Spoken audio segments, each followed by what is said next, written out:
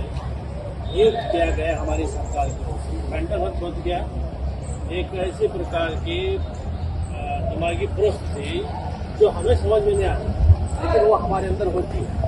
बहुत सारे बच्चों के अंदर ये डिफेक्ट होता है, ये प्रोडक्शन डिफेक्ट है, उसको कोई बदल नहीं सकता। लेकिन ऐसे जो डॉक्टर होते हैं, जिनको साइकियाट्रिस्ट कहते हैं, ये उसको थोड़ा सा ट्रीट करते हैं, थोड़ा सा रास्ते पे लाने का प्रयत्न।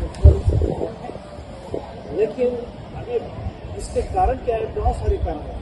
इसके कारण ये होते हैं कि घर में ज़्यादा अटेंशन ना मिले, या फिर परेशानियाँ, बार बार घर के अंदर झगड़े। The mental health is very important for the youth, which belongs to youth. तुम्ही असा youth म्हटलं मी एकदा, त्यांचं जर mental health बरे उरत, तर तुम्ही फोकस आहे की फोकस कमी म्हटलं